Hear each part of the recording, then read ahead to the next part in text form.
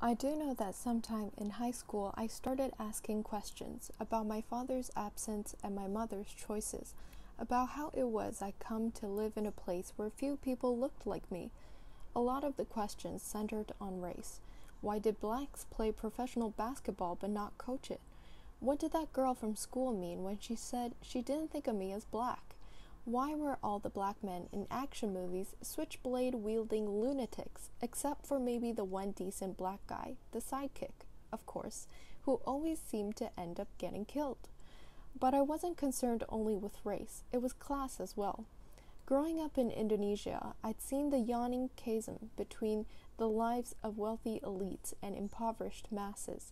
I had a nascent awareness of the tribal tensions in my father's country, the hatred that could exist between those who on the surface might look the same.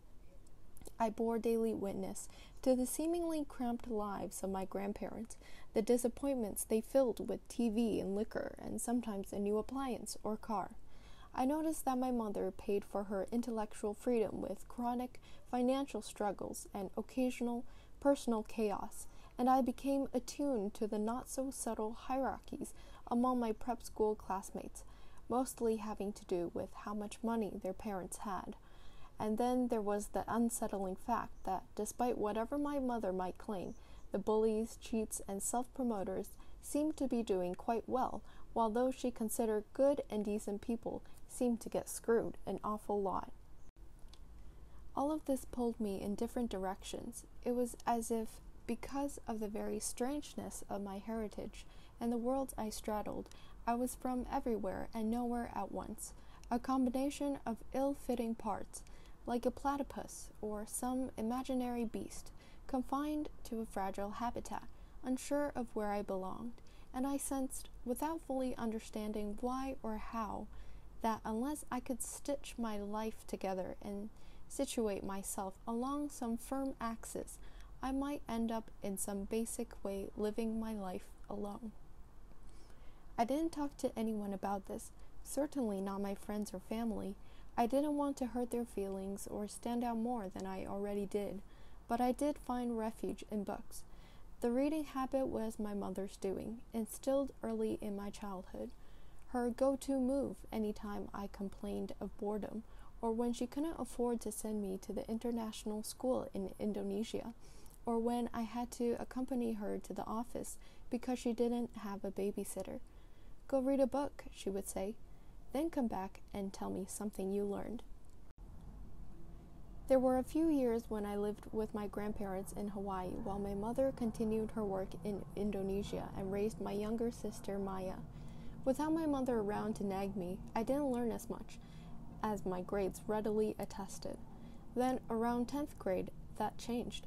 I still remember going with my grandparents to a rummage sale at the Central Union Church across the street from our apartment and finding myself in front of a bin of old hardcover books. For some reason, I started pulling out titles that appealed to me or sounded vaguely familiar. Books by Ralph Ellison and Langston Hughes, Robert Penn Warren and Dostoevsky, D.H. Lawrence and Ralph Waldo Emerson. Gramps, who was eyeing a set of used golf clubs, gave me a confused look when I walked up with my box of books. "Planning to open a library?" My grandmother shushed him, finding my sudden interest in literature admirable. Ever practical, she did suggest I might want to focus on my class assignments before digging into Crime and Punishment. I ended up reading all those books, sometimes late, after I got home from basketball practice and a six-pack with my friends, sometimes after body surfing on a Saturday afternoon, sitting alone in Gramps' rickety old Ford Granada with a towel around my waist to avoid getting the upholstery wet. When I finished with the first set of books, I went to other rummage sales, looking for more. Much of what I read I only dimly understood. I took to circling unfamiliar words to look up in the dictionary, although I was less scrupulous about decoding pronunciations. Deep into my 20s, I would know the meaning of words I couldn't pronounce. There was no system to this, no rhyme or pattern. I was like a young tinkerer in my parents' garage, gathering up old cathode ray tubes and bolts and loose wires, not sure what I'd do with any of it. but convinced it would prove handy once I figured out the nature of my calling.